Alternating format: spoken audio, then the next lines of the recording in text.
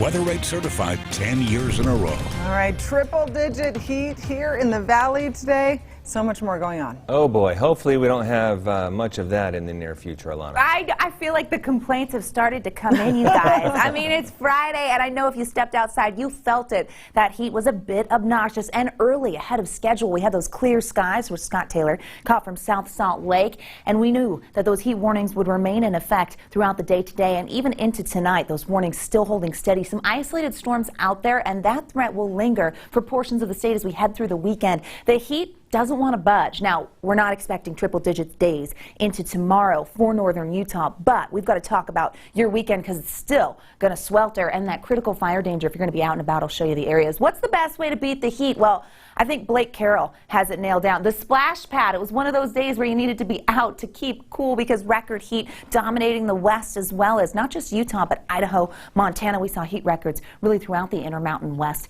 And we know that as that ridge moves over to the east, we still will be warm. Now, we are ahead of schedule. We saw our first 90-degree day on Wednesday, but typically that happens June 8th. Well, we usually see a 95-degree day by June 20th, but that was our Thursday. And today, well, we hit 100, but that doesn't usually happen until July 5th, so way ahead of schedule. We sped things up. That summer-like heat is here, but believe it or not, we're still in spring. Now, as we look at those high temperatures throughout the rest of the state, even though you went to Basin in the mid-90s, we saw triple digits near Lake Powell and Hanksville, Moab at 98, 99 in Wendover. It was just cooking out there, and as we head into tonight, we don't get a tremendous amount of relief. We hold on to the 80s and then the 70s as we get into the overnight in Salt Lake. That excessive heat warning in effect. It's been that way in southern Utah for the last couple of days near Lake Powell and over near Washington County. This will hold through tomorrow. Triple digits will show up yet again. This was the third day. They're going to go fourth as we get into tomorrow. Now, we have an excessive heat warning for the Wasatch Front in the northwest corner of the state. Heat advisory for near Cache Valley, western Uinta Basin, Tooele Valley, San Pete and Sevier Valleys.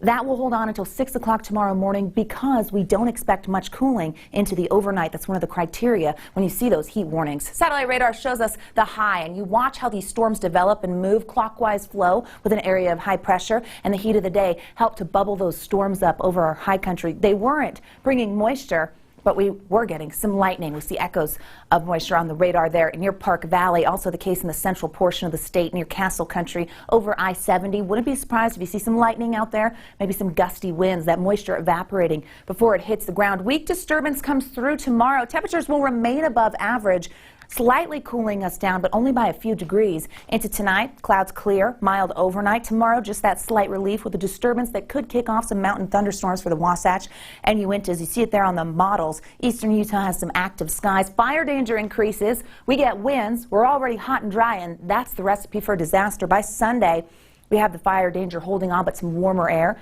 kind of pushes into the region. Red flag warning in effect and extending as we get through Sunday. Castle Country involved, southwestern Utah all the way up through Utah County, Delta, Nephi, those areas. Also going to tap into that Millard County as well. So we've got that fire danger. If you're going to be out in those areas, you have to be extra careful. Any fire start would spread very quickly. 90s along the Wasatch Front, 96 in Moab. We're supposed to be at 80. Today we were 20 degrees above average, 103 in St. George.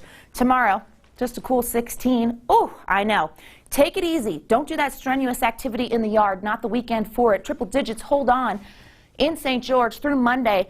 Then we get some slight relief. I know. I'm using the word slight very lightly because it's only 97. I hear you. I know you're sitting at home groaning, and I get it. There's a look at the Wasatch Front where temperatures will remain in the 90s. We get some relief to the upper 80s, little closer to average. Thursday and Friday of next week, breezy conditions at times. Fire danger will remain high. We're just very hot and dry. I would love for someone to order a little rain. Glenn, Emily, over to you. Yes, we need